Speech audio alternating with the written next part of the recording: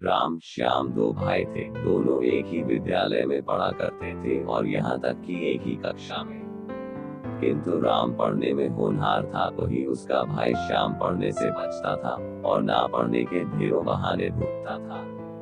राम के दोस्त पढ़ने वाले थे और श्याम के दोस्त ना पढ़ने वाले और काम चोरी करने वाले थे।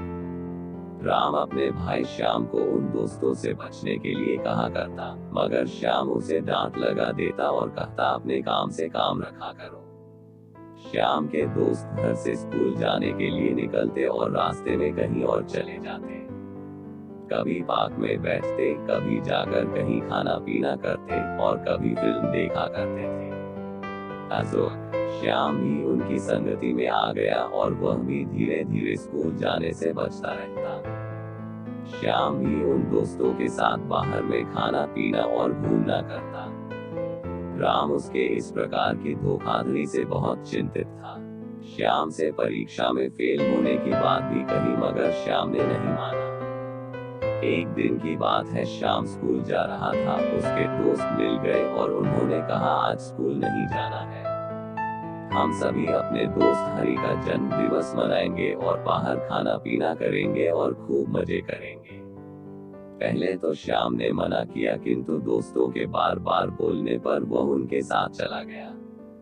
श्याम और उसके मित्रों ने खूब पार्टी करी और उस दिन स्कूल नहीं गए। इस प्रकार का काम वह और उसके दोस्त निरंतर करते रहते।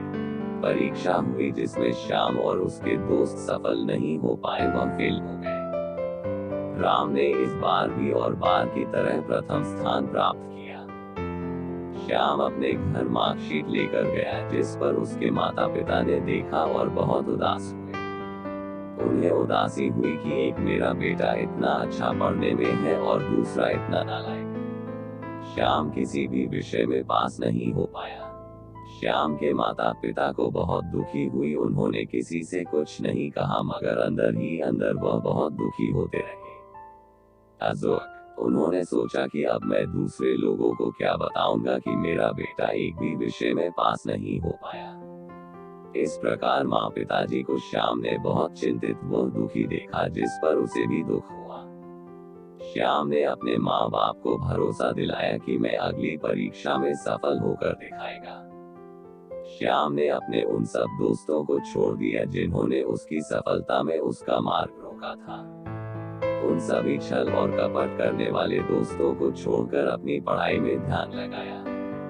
नतीजा ये हुआ कि साल भर की मेहनत से वह परीक्षा में सफल ही नहीं, अपितु विद्यालय में सर्वोच्च स्थान प्राप्त किया। इस पर उसके माता पिता को बहुत खुशी हुई है और अपने पुत्र श्याम को गले से लगाया, उन्हें शाबाशी दी।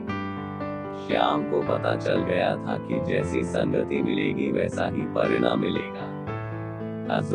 नैतिक शिक्षा, जैसी संगति में रहते उससे वैसा ही गुण आता है, अर्थात अच्छी संगति का संगत करना चाहिए।